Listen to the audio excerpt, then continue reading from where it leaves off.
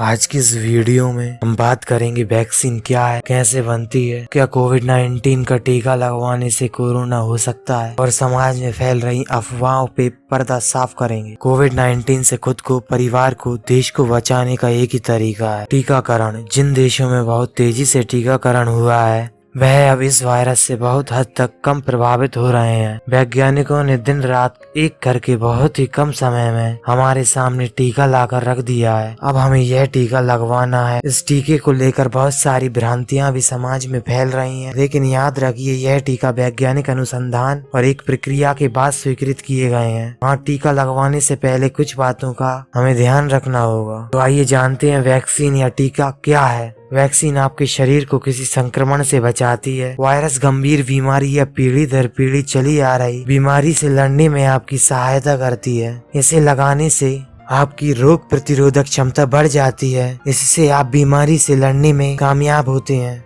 Vaccine लगाने से प्रतिरोधक तंत्र संक्रमण को पहचानने के लिए मदद करता है। उसके खिलाफ शरीर में एंटीबॉडी बनाते हैं जो बाहरी बीमारियों से लड़ने में हमारे शरीर की मदद करते हैं और हम बीमारियों की चपेट में आने से बच जाते हैं।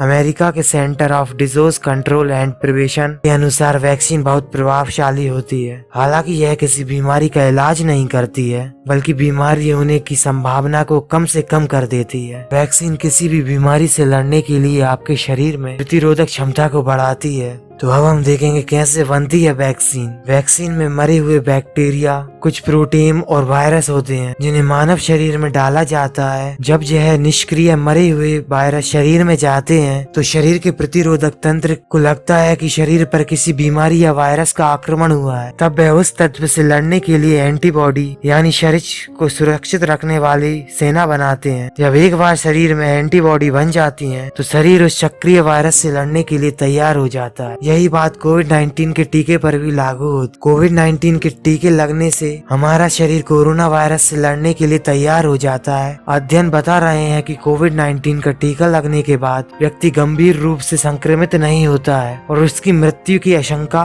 कम हो जाती है। क्या कोविड-19 टीके से संक्रमण हो सकता है? नहीं, यह असंभव है, क्योंकि टीके में जो वायरस या बैक्टीरिया डाले जाते हैं वे मृत निष्क्रिय होते हैं। इसलिए टीके से कोविड-19 या कोरोना संक्रमण नहीं हो सकता है। कोविड-19 की वैक्सीन शरीर में कैसे काम करती है? जब टीके के तत्व शरीर में जाते हैं तब शरीर का प्रतिरोधक तंत्र उससे लड़ता है। जब हमारे शरीर का प्रतिरोधक तंत्र एंटीबॉडीज बनाता है तब इस प्रक्रिया के कारण शरीर का तापमान बढ़ता है, यानी बुखार आता है। बुखार आने का मतलब यह नहीं है कि टीके ने अपना काम शुरू कर दिया है। हमारे देश में लगने वाली वैक्सीन कौन सी है? भारत में 2 तरह की वैक्सीन लगाई जा रही है। पुणे के सीरम इंस्टीट्यूट ऑफ इंडिया में बनी कोविशील्ड और हैदराबाद के भारत बायोटेक में बनी रही कोवैक्सीन को सरकार ने मान्यता दी है। कोविशील्ड को ब्रिटिश दवा कंपनी एस्ट्राजेनेका ने ऑक्सफोर्ड यूनिवर्सिटी के शोधकर्ताओं के साथ मिलकर बनाया है। वहीं कोवैक्सीन को Indian council of medical research ICMR के साथ मिलकर भारत बायोटेक ने बनाया है। अभी और अनुसंधान चल रहे हैं। विदेश के कई अन्य वैक्सीन निर्माता भी भारत में अपनी वैक्सीन दे सकते हैं। इस पर बातचीत चल रही है। रूस वैक्सीन स्पुतनिक V को भारत सरकार ने मंजूरी दे दी है।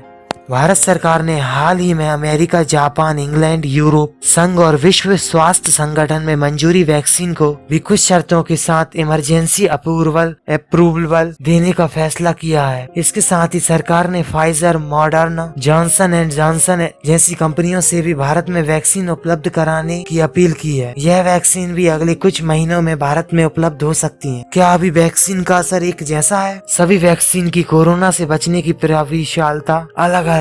66% से लेकर 95%। पर राहत की बात यह है कि टीकाकरण के बाद अगर किसी व्यक्ति को संक्रमण होता है तो वह गंभीर स्थिति तक नहीं पहुंचता। भारत में दोनों ही वैक्सीन गंभीर लक्षणों से बचाने में 100% प्रभावी है। इस वजह से विशेषज्ञों का कहना है कि सभी लोगों को वैक्सीन जरूर लगवानी चाहिए। क्या तनाव की वजह से टीके का असर कम होता है? कोविड संकट के इस दौर में दुनिया के ज्यादातर लोग मानसिक स्वास्थ्य से जुड़ी दिक्कतों को और तनाव से पहली जूझ रहे हैं। घरों में अकेले रहना, बाहरी दुनिया से कम संपर्क, आर्थिक दिक्कतों के कारण तनाव होता है। तनाव के कारण इंसान का प्रतिरक्षा तंत्र वैसे ही कमजोर हो जाता है। इससे टीकाकरण का असर भी कम होता है। इस तरह की रिपोर्ट सामने आई है। ऐसी समस्या खासकर ज्यादा उम्र वाले लोगों में दिखाई देती है। शोधकर्ताओं का कहना है कि शारीरिक बदलाव और मानसिक तनाव वैक्सीन की प्रभाव क्षमता कम कर देते हैं। साथ ही यह शरीर का रोग प्रतिरोधक क्षमता पर भी असर डाल सकता है। पहले ही कोविड संकट की वजह से ऐसे खतरे बढ़ गए हैं। वैक्सीनेशन के दायरे में कौन आएगा? पहले यह वैक्सीन 45 वर्ष से अधिक लोगों को ही लगाई जा रही थी। सरकार ने 1 मई से यह वैक्सीन 18 साल से अधिक उम्र वाले सभी लोगों को कर दी है। देश में 18 साल और इससे ज्यादा उम्र के लोगों का टीकाकरण 1 मई से शुरू हो गया है। इसके लिए 28 अप्रैल से कोविन पोर्टल पर पंजीयन भी शुरू हो गए हैं। इसके साथ ही आरोग्य सेतु और उमंग ऐप पर भी पंजीयन किए जा रहे हैं। कोविन पोर्टल पर पंजीयन कराना होगा। अब हम जानते हैं कि पंजीयन के लिए किन पहचान पत्रों की जरूरत होगी। पंजीयन के लिए और कुछ नहीं, आपका बस आधार कार्ड लगेगा और 1 नंबर पर आप 4 व्यक्तियों का पंजीयन करा सकते हैं। अगर आपके पास आधार कार्ड नहीं है तो voter ID card, pension document, PAN card, driving licence इत्यादि से भी हो सकता है। पंजीयन के बाद क्या होगा? पंजीयन के दौरान ही आपको अस्पताल उपलब्ध तारीख और आपके जाने का समय चुनना होगा। इसके बाद आपके पास पंजीकृत मोबाइल पर एक संदेश आएगा जिसमें आपके टीकाकरण होने की तारीख लिखी होगी। इसके बाद आप निर्धारित समय पर जाकर टीका लगवा सकते हैं। ध्यान रहे, टीका लगवाने के लिए जाते समय आपके साथ वही पहचान पत्र ले जाएं जो कि आपने पंजीयन के समय दिया है। क्या पहले और दूसरे टीके के लिए अलग अलग पंजीयन करना होगा? नहीं, एक बार पंजीयन करने पर ही आपको संभावित तारीख की सूचना दे दी जाएगी। उसकी सूचना आपको मोबाइल पर मैसेज के द्वारा ही मिलेगी। पंजीयन तो नहीं करना होगा, लेकिन तारीख, स्वास्थ्य केंद्र और समय सुनिश्चित करना होगा। क्या अलग अलग टीके लगवाए जा सकते हैं, जैसे पहला कोवैक्सीन और दूसरा कोविशील्ड का? नहीं, यह आपके लिए सुरक्षित नहीं होगा। अगर आप पहला टीका कोवैक्सीन का लगाते हैं तो दूसरा भी उसका ही ले लें। इसी तरह कोविशील्ड के पहले टीके के बाद दूसरा टीका भी कोविशील्ड का ही लगवाएं। वैक्सीनेशन कहाँ हो रहा है? टीकाकरण के लिए अलग अलग स्थान तय है। फिलहाल सरकार ने तय किया है कि इसे स्कूल परिसर में आयोजित किया जाएगा ताकि अस्पतालों में ज्यादा भीड़ ना हो। आपके नजदीकी वैक्सीन कैंप की सूचना बहुत सारे माध्यमों से आप तक पहुंच चुकी होगी या पहुंच जाएगी। अधिक दिक्कत होने पर अपने नजदीकी स्वास्थ्य केंद्र या आंगनबाड़ी या आशा कार्यकर्ता से पूछ सकते हैं। इसके अलावा अपने व्हाट्सएप से 9013151515 नंबर पर नमस्ते लिखकर भेज दें। यह भेज देने से आपके नजदीकी टीकाकरण के बारे में जानकारी मिल जाएगी। यह सरकार की ओर से कोरोना हेल्प डेस्क का नंबर है। क्या वैक्सीनेशन निशुल्क है? हाँ, फिलहाल सरकार टीकाकरण निशुल्क कर रही है। गैर सरकारी अस्पतालों में यह सुविधा शुल्क भी उपलब्ध है। टीकाकरण के शुल्क पर आप समाचार माध्यमों से नवीनतम सूचना प्राप्त कर सकते हैं। आप टीका लगवाने जा रहे हैं तो किन बातों का ध्यान रखना जरूरी है? अगर आपको किसी खास दवा या चीज से एलर्जी है तो कोरोना टीका लगवाने से पहले डॉक्टर की सलाह ले लें। Complete blood count, CRP level की जांच करवा देख लें कि सब नियंत्रण में है या नहीं। अगर टीका लेने से पहले कोई दवाई खाने को कहा गया हो तो जरूर खाएं। टीकाकरण को लेकर किसी तरह का तनाव न पालें, बिल्कुल सहज रहे। डायबिटीज या ब्लड प्रेशर के मरीज को टीका लगाने से पहले शुगर और ब्लड प्रेशर लेवल को सामान्य स्तर पर लाने की जरूरत है। यदि इनका स्तर सामान्य नहीं है तो वैक्सीन नहीं लगवाएं। यदि आप खाली पेट या आपका स्वास्थ्य बेहतर नहीं लग रहा है तो अच्छा है कि इंतजार कर लें। सेहत ठीक होने पर ही टीकाकरण करवाएं। कैंसर के मरीजों और खासकर जिनकी कीमियोथेरेपी हुई है उन्हें डॉक्टर की सलाह लेने के बाद ही निर्णय लेना चाहिए। कोविड होने के 4 से 8 सप्ताह बाद तक वैक्सीन नहीं लगवाएं। क्या टीका लगवाने के बाद तबीयत बिगड़ सकती है? टीका का यह सामान्य व्यवहार है कि कोविड से पहले जब हम बच्चों का टीकाकरण करवाते थे तो उनका भी 1-2 दिन हल्का बुखार आ जाता था। कोविड वैक्सीन के बाद भी आपका शरीर प्रतिक्रिया करता है जिससे आपको 1-2 दिन तक बुखार आ सकता है। यदि आपको भय है तो टीकाकरण करवाते समय भी आप पूछताछ कर सकते हैं। ऐसी स्थिति में आप पैरासीटामोल